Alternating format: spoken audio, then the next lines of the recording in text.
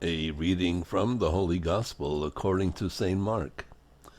Jesus and his disciples came to the other side of the sea, to the territory of the Gerasenes. When he got out of the boat, at once a man from the tombs who had an unclean spirit met him.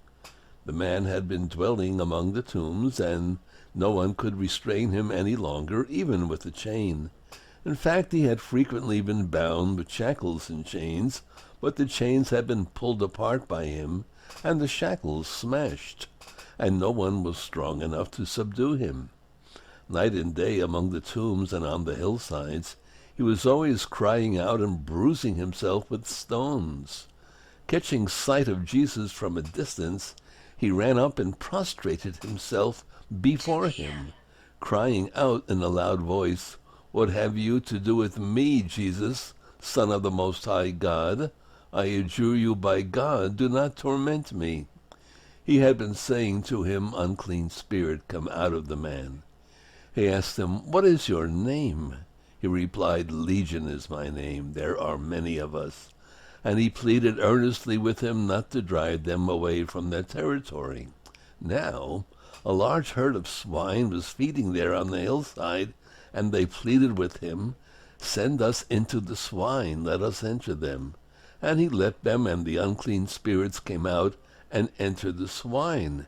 The herd of about 2,000 rushed down a steep bank into the sea, where they were drowned. The swineherds ran away and reported the incident in town and throughout the countryside, and people came out to see what had happened. As they approached Jesus, they caught sight of the man who had been possessed by Legion, sitting there clothed and in his right mind, and they were seized with fear. Those who witnessed the incident explained to them what had happened to the possessed man and to the swine. Then they began to beg him to leave their district.